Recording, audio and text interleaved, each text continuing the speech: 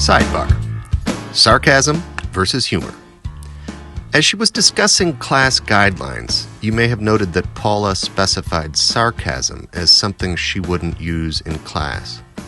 Based on my experience teaching and working with teachers, I thought we should clarify this point.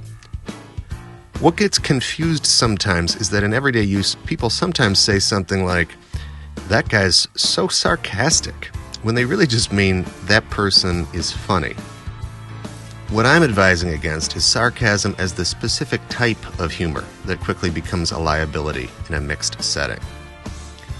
Broadly speaking, humor can be magical in class. It's important for teachers to model that learning is fun, charged with delightful surprises.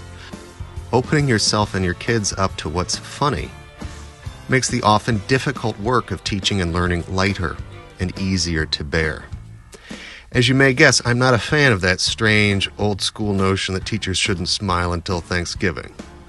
That's no fun for anyone. And besides, kids usually know when you're fronting. One of my own best high school teachers, Chuck Lacusa, once said, "A good class isn't a great class without a belly laugh."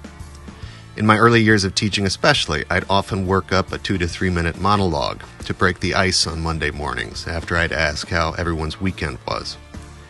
Still, the belly laugh is hard to plan for, so it's critical to stay open to funny moments that might get everybody laughing and loosened up to do some harder thinking. That's humor in general.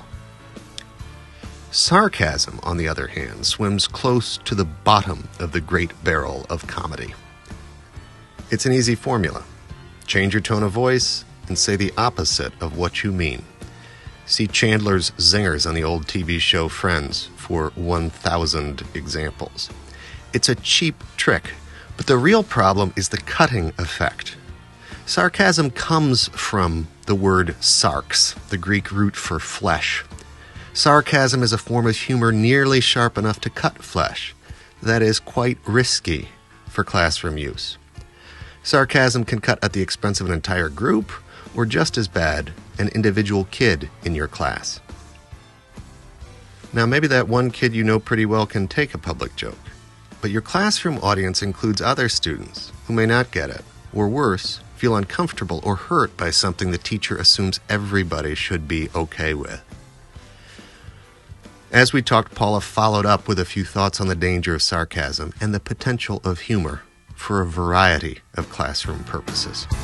I would make clear when I said that what I meant by sarcasm. I will illustrate that by talking about conferences with teachers after I've observed a class and suggesting to a teacher that he or she was sarcastic and having the teacher say, that was just a joke. I mean, I think there's a very blurry line, and unfortunately, a lot of classroom, it's just a joke, from the teacher's point of view, is very often hurtful, maybe not to the kid, not to all the kids, but to some of the kids. I think that humor is very important, and humor is an extremely effective way to diffuse potentially difficult situations in the classroom. Not to laugh at the person, but to laugh at yourself.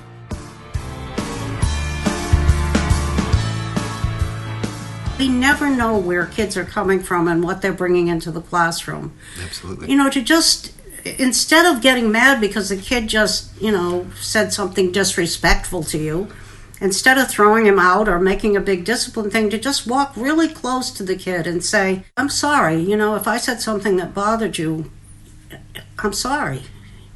It just completely takes the air out of the situation, and 90% of the time.